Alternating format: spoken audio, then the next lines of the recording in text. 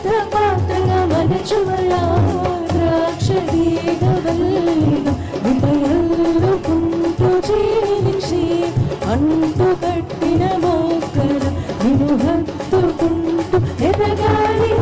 హల్లెలూయా హల్లెలూయా హల్లెలూయా హల్లెలూయా ఆత్మదేవా రమ్ము రమ్ము ఈ వేళ వేగిరమే నీ వల్లే నన్ను మార్చుమయా పరిశుద్ధ